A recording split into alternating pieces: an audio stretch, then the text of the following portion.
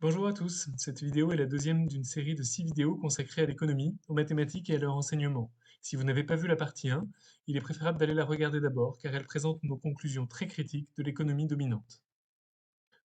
Si tu es élève au lycée, tu as subi ou tu subiras ces mensonges pendant 2 ans, comme ça tu es prévenu. Si tu es professeur au lycée, en mathématiques ou en économie, j'espère que tu vas apprendre des choses, mais ça risque de piquer un petit peu. Et sinon tu apprendras comment en France, le lycée enseigne l'idéologie économique dominante. Dans la vidéo précédente, partie 1, nous avons présenté rapidement la théorie économique standard. Malgré toutes ses contradictions avec le réel et ses incohérences mathématiques, elle est largement enseignée au lycée en France. Dans cette deuxième vidéo, nous allons examiner le cœur de la théorie standard, la concurrence parfaite. Attention, il faut que ce soit clair. La théorie standard s'est considérablement développée dans tout le XXe siècle et ensuite. Elle ne se résume pas du tout à la concurrence parfaite. Cependant, c'est dans ce cadre qu'elle a obtenu ses résultats les plus importants. Et surtout, c'est ce modèle qui est enseigné au lycée en France. C'est pour cela que nous nous limiterons à ce modèle dans cette série de vidéos, excepté en partie 6, mais nous y reviendrons à ce moment. Dans cette vidéo, il n'y aura pas de mathématiques, que de l'économie et facile. D'abord, nous décrirons le modèle, les hypothèses officielles. Puis nous verrons les problèmes et les vraies hypothèses qui traduisent la modélisation mathématique. Enfin, nous décrirons l'importance idéologique de ce modèle dans la politique économique. Commençons par décrire ce modèle de concurrence parfaite à la manière dont on peut le faire en SES. Utilisons une vidéo de l'Académie de Versailles qui présente le marché concurrentiel. Elle est disponible sur YouTube à l'adresse indiquée, et pour des questions de droit, nous ne diffusons pas d'extrait, mais nous allons résumer ce qu'elle dit. Elle est estampillée Académie de Versailles, ça doit être dans l'esprit des programmes. Les économistes ont construit un modèle de marché concurrentiel pour en expliquer le fonctionnement. La concurrence pure et parfaite. Elle suppose la réalisation de 5 conditions. Dans cette vidéo, aucune justification ni histoire des différentes conditions de la concurrence parfaite n'est donnée. Ça nous aurait peut-être aidé à les accepter, mais non. Donnant ces 5 conditions, je reformule parfois légèrement pour la clarté. Première condition, l'atomicité. Il doit y avoir un grand nombre d'acheteurs et de vendeurs sur le marché. La deuxième condition est l'homogénéité des produits. Les biens et les services vendus sont identiques pour tous les acheteurs, quel que soit le producteur. La troisième condition est la libre entrée et sortie sur le marché, ou fluidité. Il s'agit du libre accès au marché de tous les agents. Quatrième condition, la libre circulation des facteurs, ou mobilité. Le travail et le capital peuvent se déplacer. Cinquième et dernière condition, la transparence de l'information. L'information de tous les acteurs est parfaite et immédiate. Vous avez constaté que la vidéo parle de concurrence pure et parfaite. C'est une affaîtrie de langage. Dans cette vidéo, nous parlerons simplement de concurrence parfaite.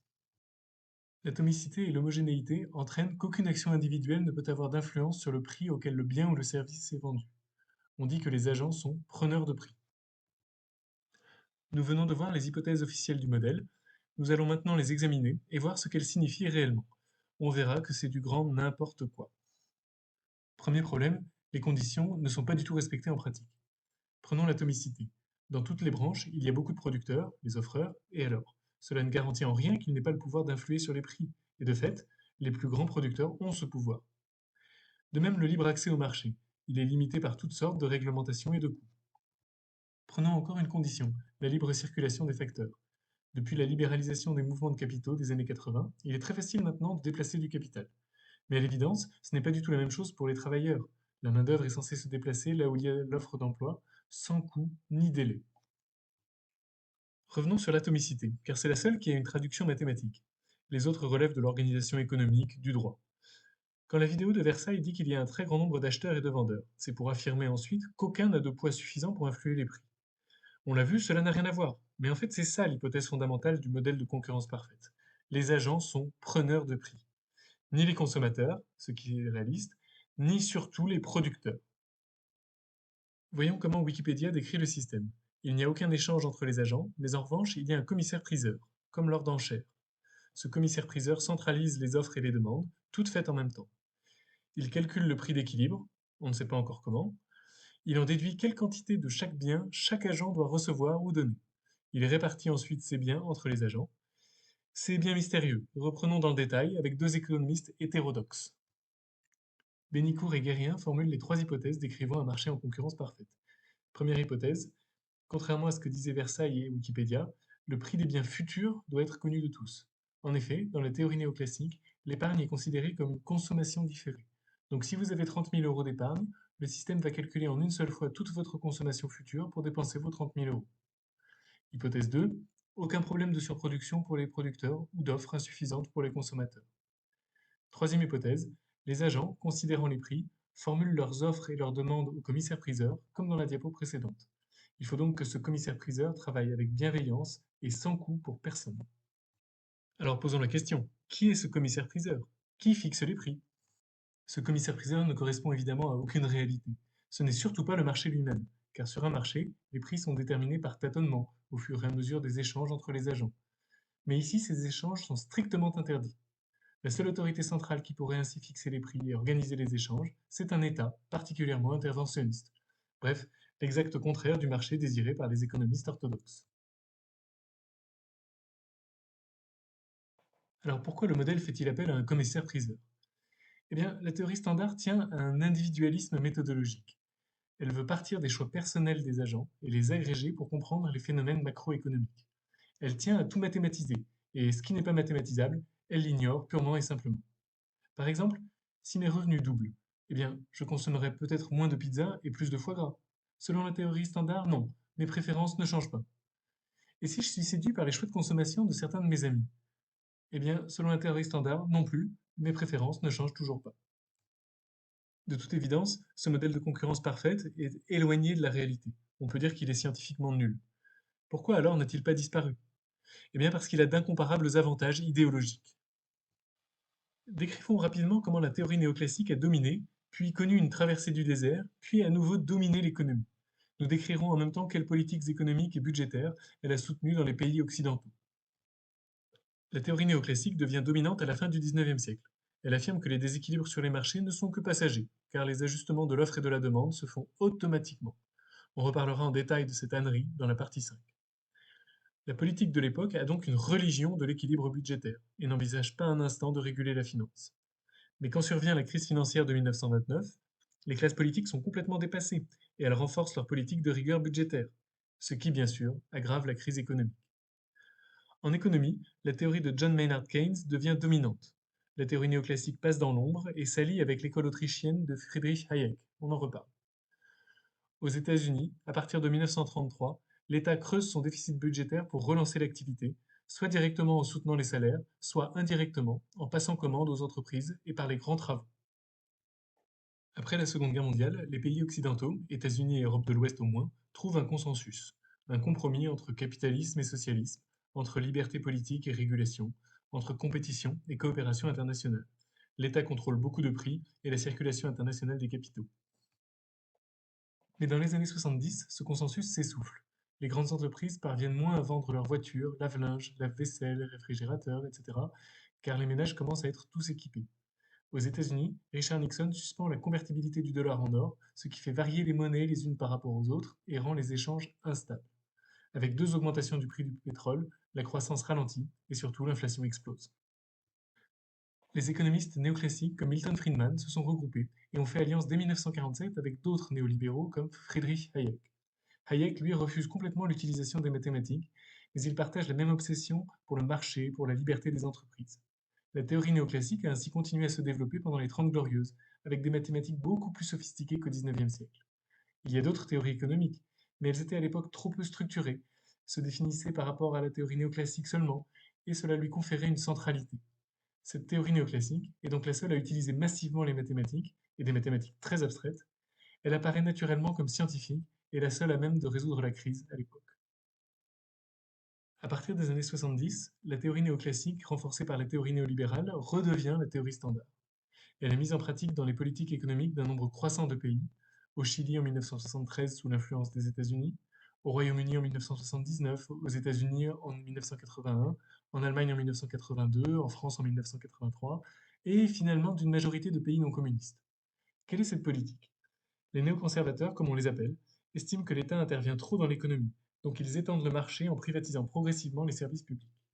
Ils estiment que le marché est restreint par trop de contraintes étatiques et déréglementent le marché et la finance, c'est-à-dire assouplissent leurs règles.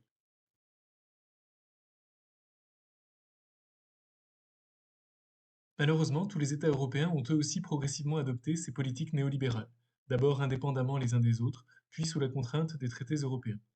Ces nombreux traités sont actuellement regroupés en deux traités, le traité sur le fonctionnement de l'Union européenne, TFUE, et le traité sur l'Union européenne, TUE. Le TFUE est particulièrement insistant pour organiser la concurrence en Europe comme libre et non faussée. Voyons 5 extraits.